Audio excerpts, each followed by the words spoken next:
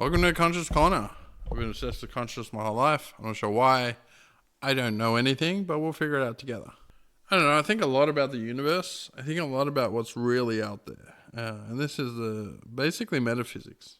What's the true nature of reality? A discussion that's been going on for millennia with we can't tell exactly. There is a boundary to our senses. We know this. And we're always going to be fixed with that boundary.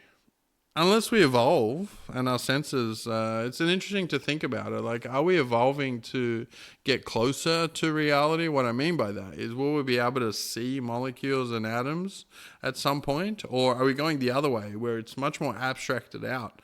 And we operate at a macro level, balls of energy, basically, I say that we are. And we are. And we are essentially empty space, though. Physics tells us that we are not actually the matter. When we talk about our mass, most of our mass comes from the empty space and the forces. What we call empty space is really a force there.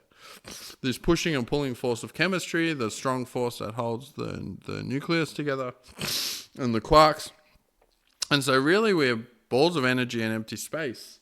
But when we start talking about the boundary of our senses and what's really out there, it becomes a fascinating discussion because we may be evolving to be more abstract. I would say we're evolving to have a level of abstraction more and more.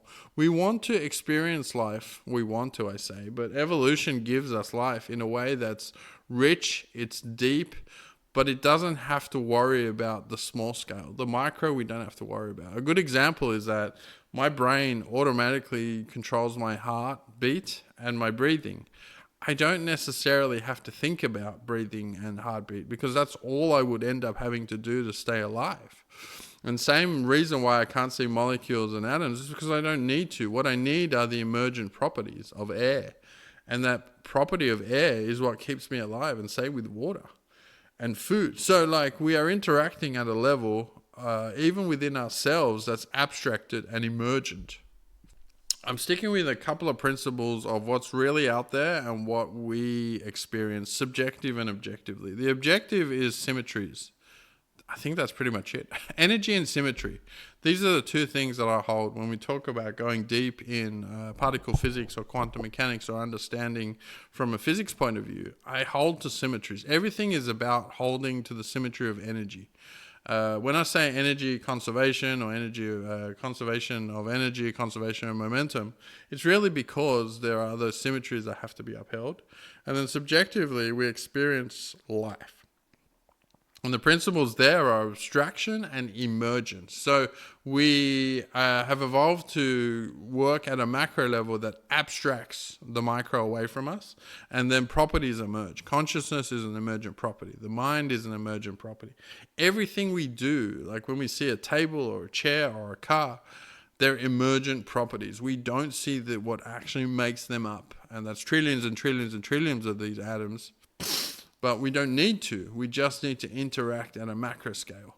What is super fascinating is that we move very slowly in comparison to what's happening in reality out there. The photon moves at the speed of light because it doesn't have mass, and it has the maximum amount of momentum.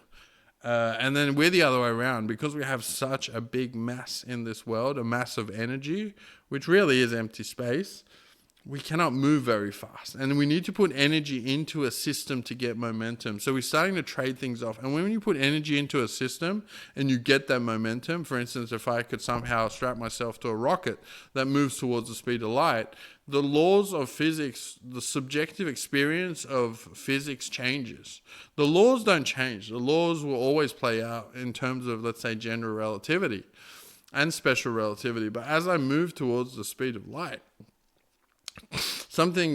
time and length, for instance, the things that we hold premise as truths, like to us, time and length at our scale are absolute. When I say a meter, it's a meter. But when I say 1 second, it's a second. And we all agree on it because we're all moving at the same. Basically humans are 99 point whatever percent the same in terms of our DNA. It's just the expression of them in terms of the differences and what we see. However, physically, we're very similar, pretty very similar. That's a great way of putting it. We're going to talk about language one day. I'm always fascinated by language in general, but let's not talk about that today. What I was talking about is you put energy into a system and it changes the space and time subjective experience. Time slows down, time dilutes, length contracts. And so there's something about that trade-off that you start to make with momentum. Momentum is interesting in our universe. All of these things, when we talk about it, we understand the behaviors.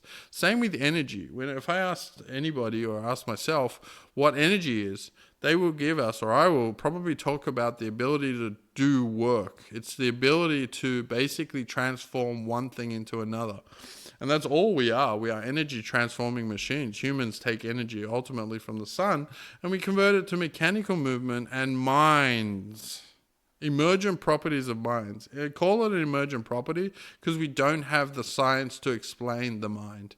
That space in my head, and how we can't explain it yet, I am still baffled. That mental space that I have is not easily understood. Which group of neurons gives me the ability to do that?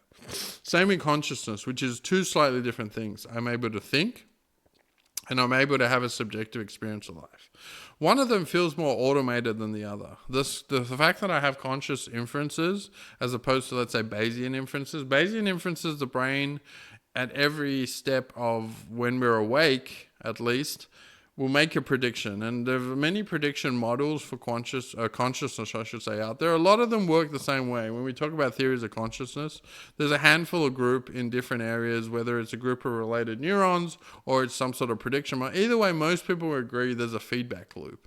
That's a good way to put Bayesian inference, is we navigate our environments. I navigate, I can walk, and because of all the knowns that I have in the past and all the conscious inferences that I have, my brain has bound a bunch of neurons that allow me to navigate space-time. And that's Bayesian inference, right? When we get startled, when I hear a loud bang and I instinctively look in a direction, it's because my Bayesian inference, something is not as I would expect. And that's just basically Bayesian inference. We walk around, we expect certain things, and we just know what to expect. Conscious inferences are that area of focus and awareness and thinking that we have about that moment in time. And that's where that sort of, now we talk about the feedback loop between the body and the brain and the mind, where whatever is we're focusing on at that point, we're having a conscious inference. We're thinking about what's going on.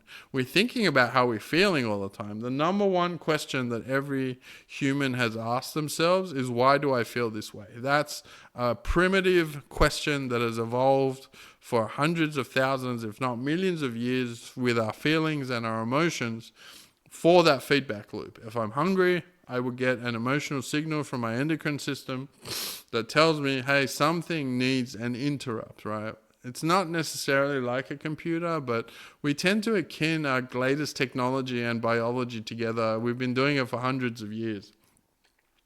It's more of an integrated, at our level, our consciousness is very integrated. And that is beyond Bayesian inference, having the subjective experience of life. Like that central feedback of what's going on right now is that experience. And so I'm trying to reason exactly what's out there. And we know energy is a fundamental thing. We talked about describing it, but we don't exactly know what it is.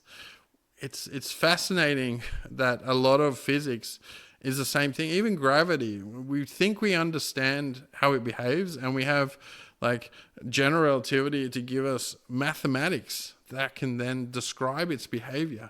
But what is it exactly? Why does mass is intuitive when we talk about something that weighs something or has some kind of weight, but what it is exactly we don't understand. And it's fascinating when I first say that. Most people are like, yes, we do. That's what physics does. No, physics tells us transitions. Energy transitions is a fundamental part of what's happening out there in the universe. We now have mathematics that can explain those transitions. It can explain what happens next. Cause and effects is something that we can basically explain all the way back to the Big Bang. Well, close. I think there's a gap in our understanding, but you see what I'm saying? Something happens, something transitions between energy, something else is going to happen. That's cause and effect, and that is physics. what they actually are, that's still a big mystery. And I've been trying to think about the boundary of the two and then explaining from consciousness point of view how that all ties in together.